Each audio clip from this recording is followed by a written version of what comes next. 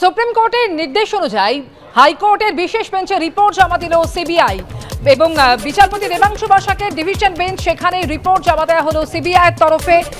SSC দুর্নীতি মামলায় তদন্ত শেষ হয়েছে, গতকালই চূড়ান্ত চার্জশিট এবং রিপোর্ট পেশ করা হয়েছে এমনও জানানো হয়েছে সিবিআই এর তরফে। গ্রুপ সি, গ্রুপ ডি, নবম, দশম এবং একাদশ, দ্বাদশের দুর্নীতি তদন্ত শেষ হয়েছে। এই মামলাগুলির ক্ষেত্রে যে চার্জশিটগুলি পেশ করা হয়েছে তার উল্লেখ রয়েছে এই রিপোর্টে। এসএসসি আদালতের নির্দেশ অনুযায়ী তাদের অবস্থান স্পষ্ট করছে না, তাদের ভূমিকা সন্দেহজনক। সওয়াল কল্যাণ বন্দ্যোপাধ্যায়ের। 15ই জানুয়ারি থেকে শুরু হবে চূড়ান্ত পর্যায়ের শুনানি।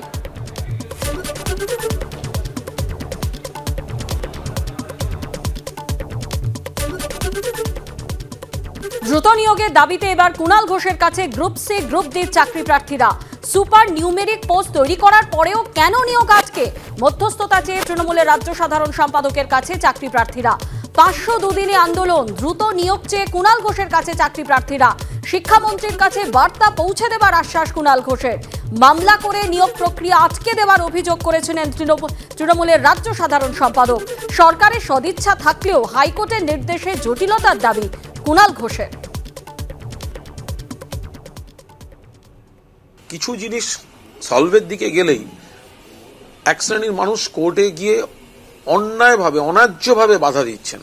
যারা দোষী তারা শাস্তি পাক, কিন্তু তার জন্য যারা ন্যায্য তারা দিনের পর দিন এই আইনি জটিলতায় কেন আটকে থাকবেন? এই এসএলএসটি এনাদের শারীর শিক্ষা, কর্মশিক্ষা, সমস্ত আন্দোলনকারী চাকরি অ্যাবজর্ব, সবাই শারীর শিক্ষা, কর্মশিক্ষার 1280 জনের 1280 প্রত্যেককে নিয়োগের ব্যবস্থা করে দিয়েছেন মুখ্যমন্ত্রী। কিন্তু যখন তার সমস্ত প্রসেস শেষ, শুধু স্কুলে জয়েনিংটা বাকি, তখন বিকাশবাবুরা আবার একটা মামলা করে তাদের আটকে রেখে দিলেন। কোথাও না কেউ কোনো অন্যায় করে থাকলে তারা শাস্তি পাক, কিন্তু বাকি অংশটা তো গিয়ে জয়েন করবে। সম্মানীয় কুণাল ঘোষ মহাশয় একাধিক এই সমস্ত যারা বঞ্চিত কর্মপ্রার্থী তাদের নিয়ে একটা সরকারের সঙ্গে একটা সেতুবন্ধন তৈরি করেছিলেন। সেই সাপেক্ষেও আমরা এর আগেও অতীতে কুণালবাবুর কাছে আমরা দুবার সাক্ষাৎ করেছি, আজকে তার তৃতীয়তম দিন। তা উনি আমাদেরকে বারবার আশ্বস্ত করেছেন যে আমাদের ন্যায্য দাবির পক্ষে উনি পাশে থাকবেন এবং মাননীয় মুখ্যমন্ত্রীর দৃষ্টি আকর্ষণ করেছেন। বিচার প্রক্রিয়া বিলম্বিত করার চেষ্টা তাপস মণ্ডল, নীলাদ্রি ঘোষ, কুন্তল ঘোষের এবং নতুন আবেদন করতে হলে তাদের হাইকোর্টে পাঠাতে হবে। নিম্ন আদালত তার বিচার করতে পারবে না, এমনই নির্দেশ দিয়েছেন বিচারপতি অভিজিৎ গঙ্গোপাধ্যায় এবং অবিলম্বে তাদের বিরুদ্ধে চার্জ গঠন করে, অর্থাৎ তাপস, কুন্তল, নীলাদ্রির বিরুদ্ধে অবিলম্বে চার্জ গঠন করে বিচার প্রক্রিয়া শুরুরও নির্দেশ দিয়েছেন তিনি। গত 18ই মে তাপস, কুন্তল, নীলাদ্রির বিরুদ্ধে চার্জশিট পেশ, এখনো চার্জ গঠন হয়নি। নভেম্বর, ডিসেম্বরে নিম্ন আদালতে এই তিনজনের বিভিন্ন আবেদন বিচারাধীন থাকায় চার্জ গঠন হয়নি। 14ই জানুয়ারির আগেই এস বসু রায় অ্যান্ড কোম্পানির 2 আধিকারিকের বিরুদ্ধে চার্জশিট জানালো সিবিআই। 11ই জানুয়ারি মামলার পরবর্তী শুনানি। এ ব্যাপারে আমি আর কিছু বলবো না।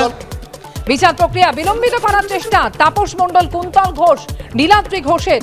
নতুন আবেদন করলে হাইকোর্টে পাঠাতে হবে, নিম্ন আদালত তার বিচার করতে পারবে না, এমনই নির্দেশ দিয়েছেন বিচারপতি অভিজিৎ গঙ্গোপাধ্যায় এবং অবিলম্বে তাপস, কুন্তল, নীলাদ্রির বিরুদ্ধে চার্জ গঠন করে বিচার প্রক্রিয়া শুরু করার নির্দেশ দিয়েছেন তিনি। গত 18ই মে তাপস, কুন্তল, নীলাদ্রির বিরুদ্ধে চার্জশিট পেশ, এখনো চার্জ গঠন হয়নি। নভেম্বর, ডিসেম্বরে নিম্ন আদালতে এই তিনজনের বিভিন্ন আবেদন বিচারাধীন থাকায় চার্জ গঠন হয়নি। 14ই জানুয়ারির আগেই এস বসু রায় অ্যান্ড কোম্পানির 2 আধিকারিকের বিরুদ্ধে চার্জশিট জানালো সিবিআই। মামলার পরবর্তী শুনানি রয়েছে 11ই জানুয়ারি।